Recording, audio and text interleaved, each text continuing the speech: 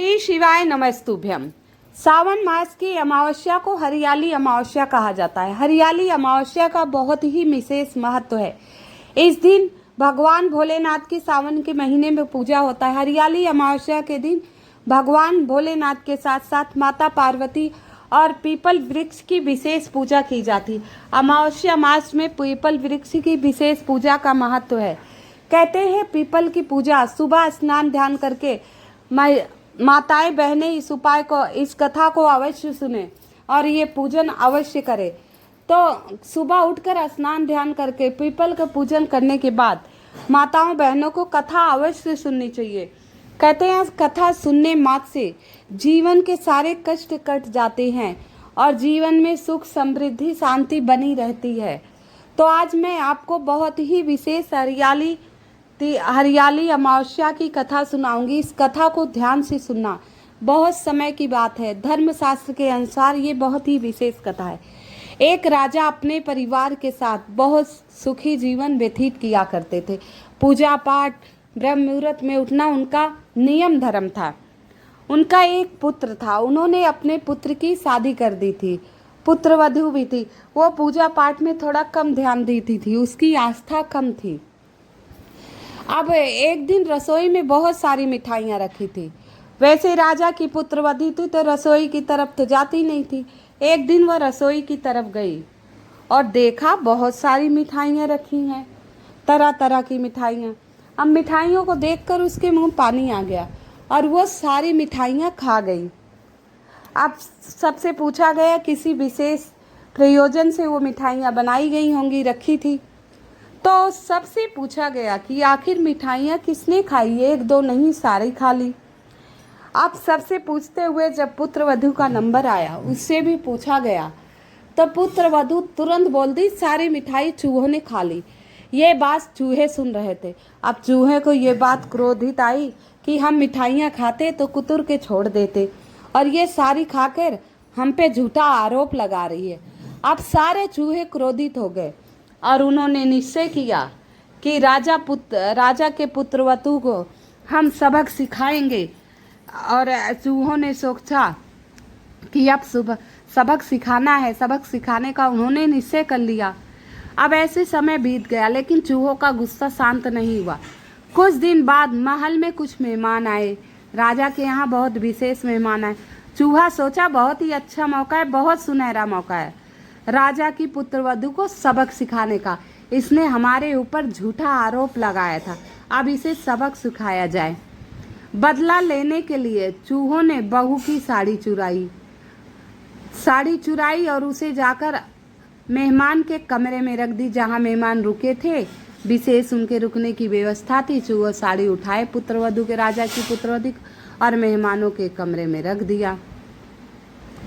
जब सुबह सेवकों और अन्य लोगों ने उस साड़ी को देखा तो लोग राजा की बहू के चरित्र के बारे में बात करने लगे कि मेहमान के कमरे में बहू की साड़ी गई तो गई कैसे। अब ये जनता है, कुछ जानती है, कुछ सच्चाई कुछ झूठ मिलाकर बड़े बड़े ताने बुनने लगे कि राजा की बहू ठीक नहीं है, उसका चरित्र ठीक नहीं है, वो राजा के यहाँ मेहमान आए थे उनके कमरे में गई थी। लोग तरह तरह की बातें करने लगे। अब अच्छी बातें नहीं लेकिन किसी की बुराई झूठ आग की तरह पूरे गांव में ये बात फैल गई। अब फैलते फैलते महलों तक भी यह बात आ गई। राजा के कानों तक भी यह बात पहुंच गई कि पुत्रवधू उनकी मेहमानों के कमरे में गई थी। अब राजा को बहुत क्रोध आया। जब राजा के कानों तक बात पहुंची, उसने अपने पुत्रवधू के चरित्र पर शक करते हुए उसे महल से बाहर निकाल दिया। अब भाई किसी को भी गुस्सा आए, महल के बाहर निकाल दिया। अब राजा की बहू महल से निकलकर जंगल में भटकती हुई एक झोपड़ी में रहने लगी और नियमित रूप से पीपल के वृक्ष के नीचे दीपक जलाने लगी। अब जहाँ झोपड़ी में रहती थी उसके आसपास पीपल का वृक्ष था। अब वो पूजा पाठ में उसकी आस्था बढ़ गई। भगवान हमारे संकट को काट दे, मेरे झूठ की वजह से उन्होंने इतना बड़ा चूहों ने बदला लिया, मुझे घर से निकलवा दिया। अब वो पीपल के वृक्ष के नीचे नियम बना ली थी, संध्या के समय रोज एक दीपक अवश्य जलाया जाती। इसके साथ ही वह पूजा करके गुड़धानी का भोग लगाती। गुड़धानी यानी गेहूँ और गुड़, गेहूँ भून कर कूट कर उसमें गुड़ मिलाकर वही खाया करती और भोग लगाकर लोगों को प्रसाद वितरण किया।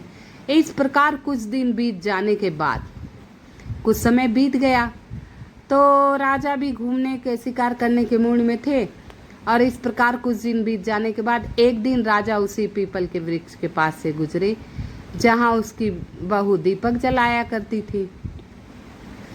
इसी दौरान उनकी बहू हमेशा दीपक जलाया करती। इसी दौरान उसका ध्यान उस पेड़ के आसपास जगमगाती रोशनी पर गया।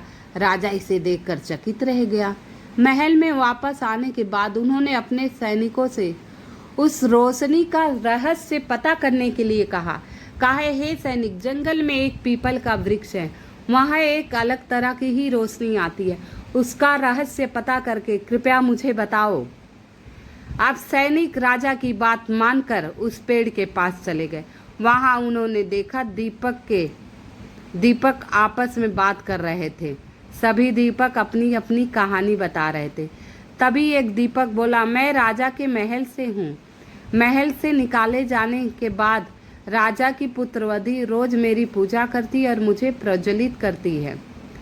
सभी अन्य दीपकों ने उससे पूछा, राजा की बहू महल से क्यों निकाला गया? तो उसने बताया, एक दिन उसने मिठाई खाकर चूहों का झूठा नाम लगा दिया।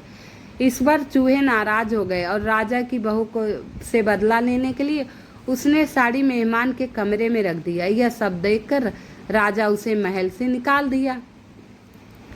अब ये सारी वार्तालाप जो दीपक आपस में कर रहे थे, अब सैनिक वहां उस रोशनी का पता लगाने के लिए गए थे, वहीं बैठे थे। दीपक की आपस की ये सारी बात सैनिक सुनकर बहुत हैरान हो गए और वहां से चल दिए। सारी वार्तालाप सुनकर वहां से महल की तरफ चल दिए। जब महल पहुंचे, राजा ने पूछा, उस जगमगाती रोशनी का पता लगाया? यस। तो राजा को उस सैनिकों ने सारी दीपक के आपस में की हुई बातें बता दी कि आपकी बहू तो निर्दोष है। चूहों ने अपना बदला लेने के लिए बहू पर झूठा आरोप लगाया। अब राजा को अपनी गलती का एहसास हुआ और उसने अपनी पुत्रवधू को महल में वापस बुला लिया। इस प्रकार पीपल के पेड़ की नियमित पूजा करने का फल राजा की बहू को मिला और वह अपना जीवन आराम से व्यतीत करने लगी। बोलो भगवान भोलेनाथ की जय, माता पार्वती की जय। उसी दिन हरियाली अमावस्या थी जब वो अपने महल में वापस आई।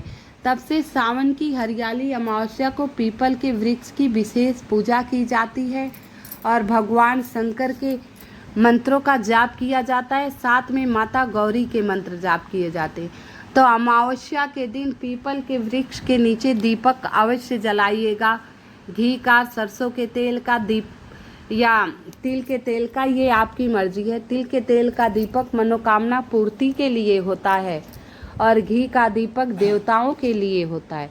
सरसों का तेल संकट काटने के लिए होता है।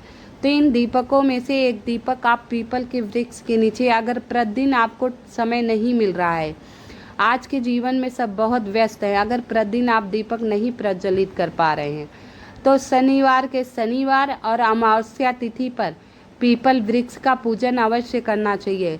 धूप, दीप, नैवेद्य, पुष्प सब समर्पित करें और मीठा अवश्य ले जाना चाहिए। ध्यान रखिए, पीपल के वृक्ष के नीचे मीठा अवश्य ले जाना चाहिए, वहाँ मीठा अवश्य रखना चाहिए। राजा की बहू ने भी गुड़धानी का भोग लगाया करती, तो आप भी गुड़ ले जाकर भोग लगाया करिए।